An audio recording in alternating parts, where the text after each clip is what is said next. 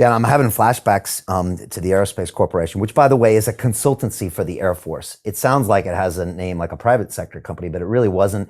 For me, it was a great learning experience for a summer intern from MIT. I'd actually worked at Ford Motor Company my first summer, which was a dream. I had a Ford Mustang as a kid I used to work on. But I also, when I was in Dearborn, Michigan, I thought, I don't know if I want to do this the rest of my life. So I bumped to the Aerospace Corporation. And I remember, Mance, all the posters on the wall saying, you never know who's listening. Yeah. Or, and then there was I security remember those. clearances and top security clearances and, Yeah. and safes and people locking doors. And they were kind of basically signaling to the workforce, kind of what you just said, is that, don't say anything. Be careful who's listening, because like you said, before data mining, there were people that were listening, right? That could piece together things and make conclusions. That's right. That's right. Those And were the so, old days. yeah, the old days. I know. I'm appreciative that I went down that path, but I'm also kind of glad I didn't in that sense and did some other things. Tell me about this evolution into Hedera Hashgraph. I know you have an incredible co-founder, but does it ever feel, Mance, like everything in previously in your life was done to put you in this situation? Because it feels like with Hedera, you're using all of your powers, from the cybersecurity and all the computer science and everything. Is it kind of strange how this all came together, or is that not the case? It is kind of surreal in some ways to just sit back and contemplate how far we've come.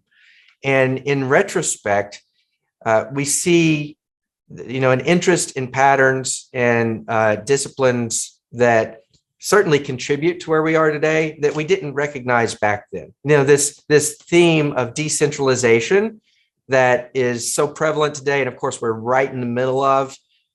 Way back, right after my military days, our first startup, Lehman Baird and I. Lehman Baird is my co-founder. He's the inventor of the technology that we're using today. We did a startup in the space of identity and access management, and we were building a decentralized password management system, as a layman's way of thinking about it, way back then. And so we've always been fascinated by the power and promise of decentralization. Generally, it's been seen in earlier projects and products that we've built. And yes, the work that we're doing today is sort of a culmination of that. In some ways, the market has led us to this. In other ways, we've been outside of the market and discovered our own path. But now it's come to fruition, and the world is changing, and we're now calling it by a name, Web 3.0, as opposed to what it was 25 years ago in Web 1 and then Web 2 and the development of the social media platforms and the tech giants that we see today. And now we're on this cusp of Web 3.0, which is going to change society in some fundamental ways. And we happen to be in the middle of that. So it's very gratifying. I couldn't say that we've charted our path. There was no master plan, but we certainly have been on the right path to be where we are today.